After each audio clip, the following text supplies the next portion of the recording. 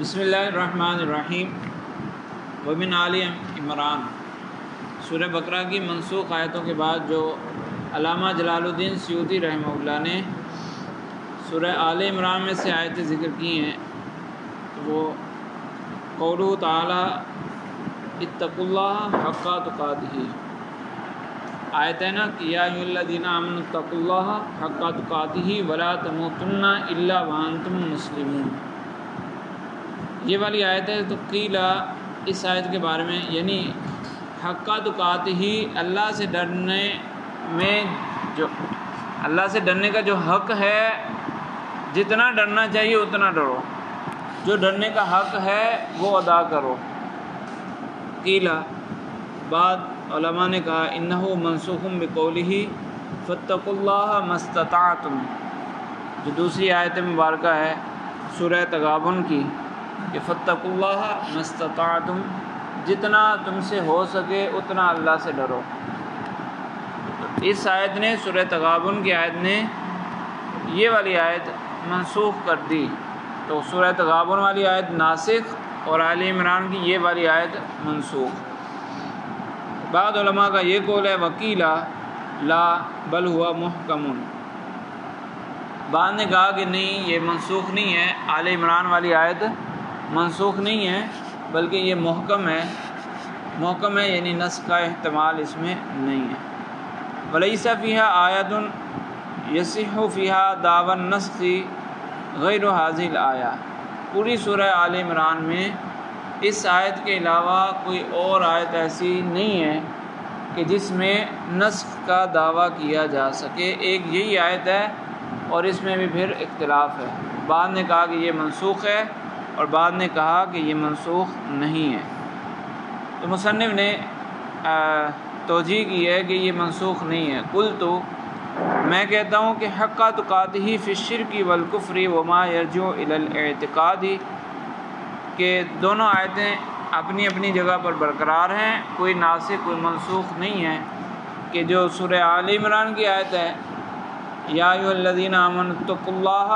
حق تقاتہ، اس میں حق تقاتہ ڈرنے کا حق ادا کر دو، اس سے مراد فی الشرک والکفر وما یرجع الی الاعتقاد، اس کا تعلق اعتقادات سے ہے، کفر اور شرک سے ہے، یعنی کفر کرنے میں اللہ سے ڈرو، شرک کرنے میں اللہ سے ڈرو، اعتقادات بنانے میں کسی چیز کا عقیدہ رکھنے میں جس طرح اللہ سے ڈرنا چاہیے، جو اللہ سے ڈرنے کا حق ہے ویسا ڈرو۔ تو اعتقادات میں مکمل طور پر اللہ سے ڈرو۔ وَمَا اسْتَطَعْتُمْ فِي الْأَعْمَالِ، اور جو دوسری آیت ہے فَاتَّقُوا اللَّهَ مَا اسْتَطَعْتُمْ، اس میں اس آیت کا تعلق اعمال سے ہے، یعنی مَن لَّمْ يَسْتَطِعِ الْوُضُوءَ يَتَيَمَّمُ، جو وضو کرنے کی قدرت رکھتا ہے تو وہ وضو ہی کرے، اللہ سے ڈرے اور وضو کرے، تیمم کی طرف نہیں جائے۔ مستطاعتم، جتنی تمہیں استطاعت ہے، اور جب استطاعت ختم ہو گئی تو پھر تیمم کر لو۔ وَمَن لَّمْ يَسْتَطِعِ الْقِيَامَ يُصَلِّي قَاعِدًا، اور قیام کے ساتھ نماز ادا کرنی ہے، کھڑے ہو کر نماز ادا کرنی ہے، بغیر عذر کے بیٹھنا نہیں ہے۔ تو جب تک تمہیں استطاعت ہے اللہ سے ڈرتے رہو اور بیٹھ کر نماز ادا نہ کرو، جو حکم ہے اس کو پورا کرو۔ جب تک تمہیں استطاعت ہو اللہ سے ڈرتے ہوئے اللہ کا حکم پورا کرو کہ چلو خیر ہے آج بیٹھ کے نماز پڑھ لیتا ہوں، ایسا نہیں کرنا، ٹھیک ہے، لیکن جب استطاعت ختم ہو جائے تو پھر بیٹھ کے پڑھ لو نماز۔ وَهَذَا التَّوْجِیہُ ظَاہِرٌ مِّن سِیاقِ الْآیَاتِ، اور فرماتے ہیں کہ یہ جو توجیہ ہے یعنی دونوں آیتوں کو اپنے حال پر برقرار رکھا جائے، ناسخ منسوخ نہ بنایا جائے، یہ صحیح قول ہے اور سیاق کلام سے یہ سمجھ آتا ہے کہ سورہ آل عمران میں یا ایھا الذین آمنوا اتقوا اللہ حق تقاتہ ولا تموتن الا وانتم مسلمون، تم اس حال میں ہی مرنا کہ تم مسلمان ہو، مسلمان ہونے کی حالت میں مرنا۔ تو مسلمان ہونا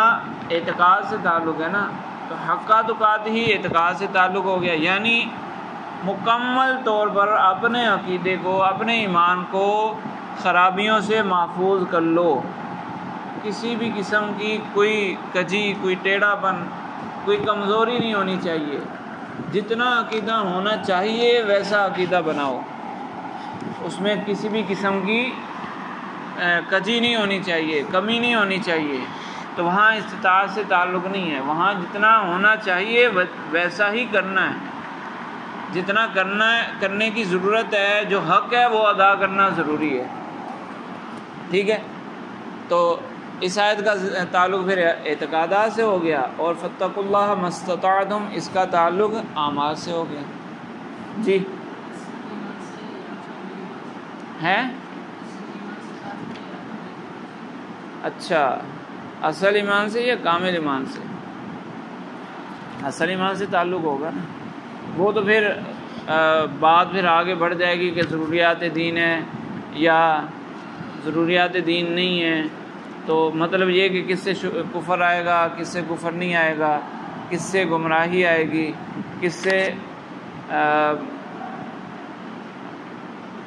گمراہی سے کم درجہ کوئی لازم آئے گا، یہ عقیدہ برا ہے، وہ جو بھی جس درجے کی بھی چیز ہو، جس درجے کی چیز ہو اس کو جتنا ماننا چاہیے، جس طرح ماننا چاہیے ویسے ہی ماننا ہے، بس جو اس کا حق ہے جس طرح ہونا چاہیے ویسے ہی کرنا ہے، پورا پورا ادا کرنا ہے، تو وہ ہر چیز کا اپنا درجہ ہوگا، ٹھیک ہے۔ وہذا توجیہ ظاہر من سیاق الآیات وہو قولہ ولا تموتن الا وانتم مسلمون، تو سورہ آل عمران میں چونکہ ایک ہی آیت ہے جس کے بارے میں کوئی کلام کیا گیا ہے، اس کے علاوہ کوئی اور آیت منسوخ نہیں ہے۔ ومن النساء، اور سورہ نساء میں قولہ تعالی والذین عقدت ایمانکم فآتوہم نصیبہم، اور جن لوگوں کے ساتھ تمہاری قسمیں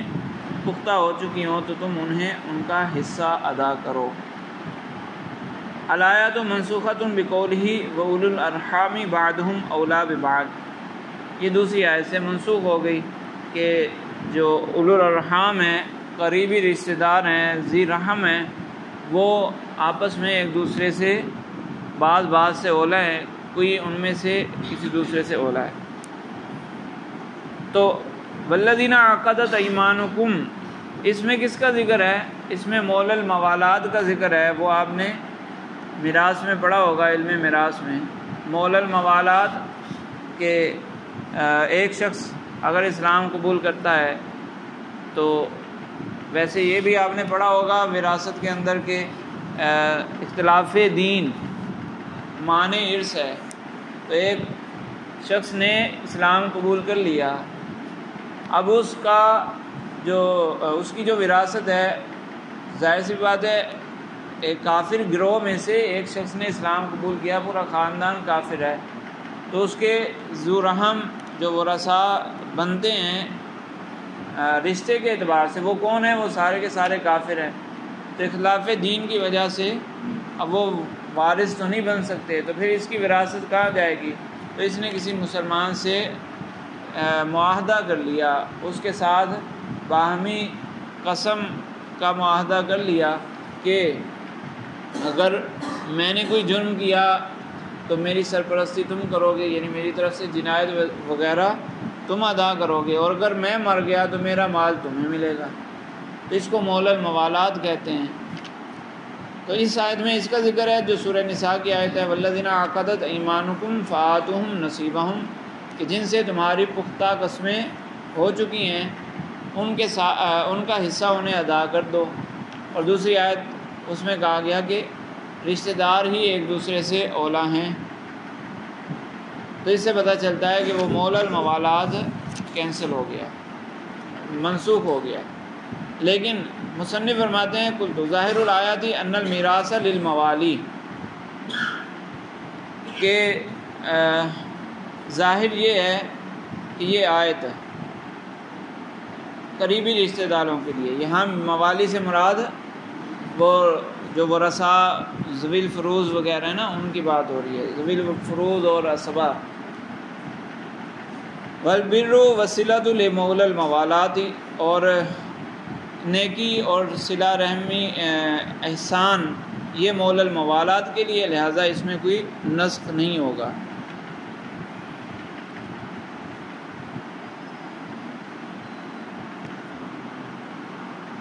یہ جو پہلی آیت ہے نا والذین عقدت ایمانکم فآتوہم نصیبہم، اس سے پیچھے ہے،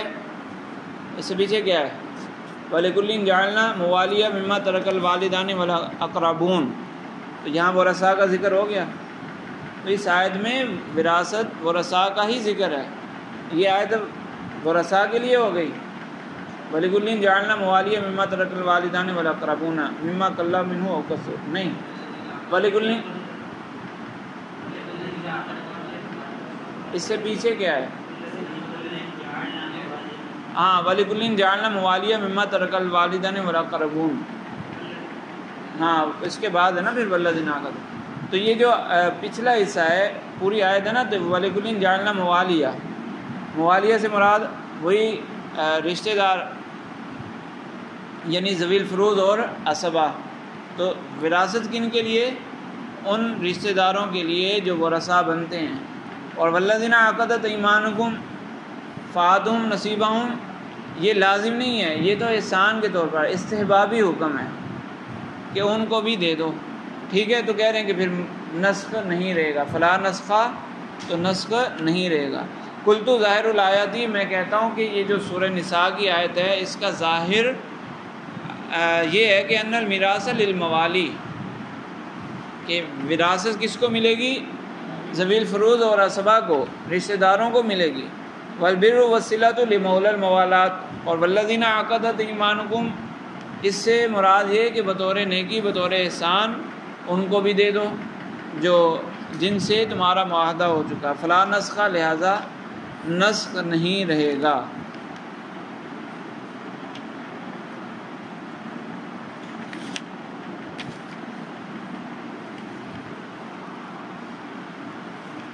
قولہ تعالی وَإِذَا حَضَرَ الْقِسْمَةَ الْآیہ، یہ جو آیت ہے وَإِذَا حَضَرَ الْقِسْمَةَ أُولُو الْقُرْبَى وَالْيَتَامَى وَالْمَسَاکِینِ، کہ جب تقسیم کے وقت وراثت تقسیم کی جا رہی ہو، اس وقت اگر وہ کچھ رشتہ دار موجود ہیں یعنی جن کا وراثت میں حصہ نہیں بنتا، وہ وہاں موجود ہیں، تقسیم کو دیکھ رہے ہیں، تو کچھ ان کو بھی دے دو۔ فَارْزُقُوهُم مِّنْهُ وَقُولُوا لَهُمْ قَوْلًا مَّعْرُوفًا، ان کو بھی کچھ حصہ دو۔ تو امر ہے یہاں پر امر ہے کہ جن کا وراثت میں حصہ نہیں بنتا ان کو بھی دو۔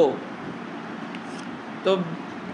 بعض لوگوں نے کہا قیل منسوخۃ، بعض حضرات نے کہا کہ یہ آیت منسوخ ہے،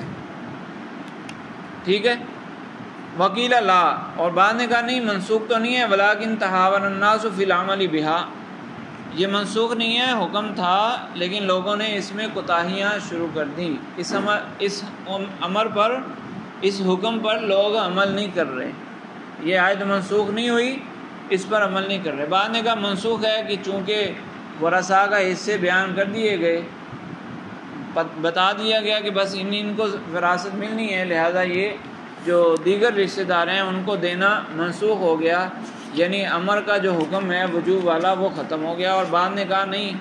وجوب ابھی بھی باقی ہے لیکن لوگوں نے عمل کرنا چھوڑ دیا۔ قلت، مصنف فرماتے ہیں قال ابن عباس، حضرت عبداللہ بن عباس رضی اللہ عنہ جو سید المفسرین ہیں وہ فرما رہے ہیں کہ یہ محکمۃ، یہ آیت محکم ہے، منسوخ نہیں ہے۔ محکم ہے تو والامر للاستحباب وہذا اظہر، کہنے ہذا اظہر تو مصنف کا قول ہے، والامر للاستحباب، حضرت عبداللہ بن عباس رضی اللہ عنہ نے فرمایا کہ یہاں جو فارزقوہم منہ ہے یہ امر استحبابی ہے، وجوبی نہیں ہے، استحباب ہے، یعنی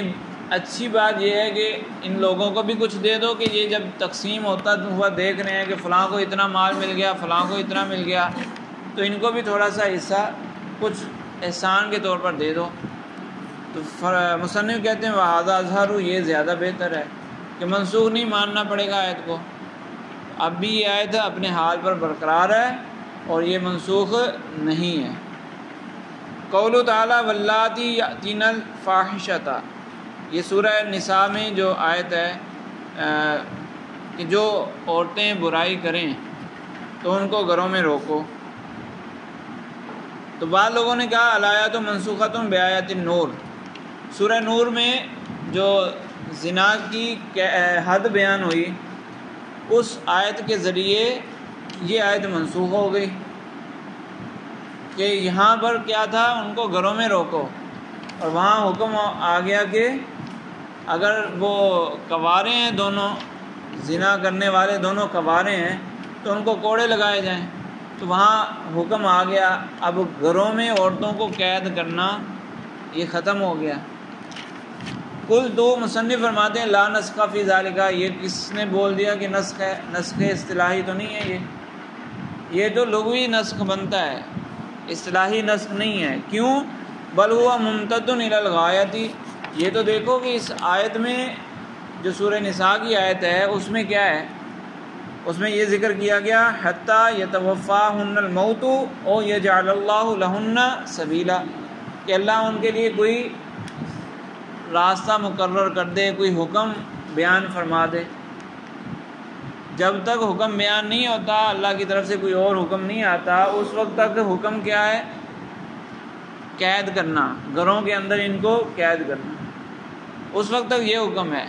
تو اب دوسری آیت سے حکم آ گیا تو یہ منسوخ ہوئی؟ منسوخ نہیں ہوئی، بلکہ اسی کا بیان آ گیا. تو بل ہوا ممتد الی الغایۃ، یہ جو انتہا بیان کی تھی اس انتہا کا بیان ہے کہ یہ حکم ختم ہو گیا، جو پچھلا حکم ہے قید کرنے والا یہ ختم ہو گیا. فلما جاءت الغایۃ بل ہوا ممتد الی الغایۃ، جو سورہ نساء کی آیت ہے وہ ایک انتہا تک جائے گی، بس ایک مقرر وقت تک، ایک غایت انتہا کو بولتے ہیں نا،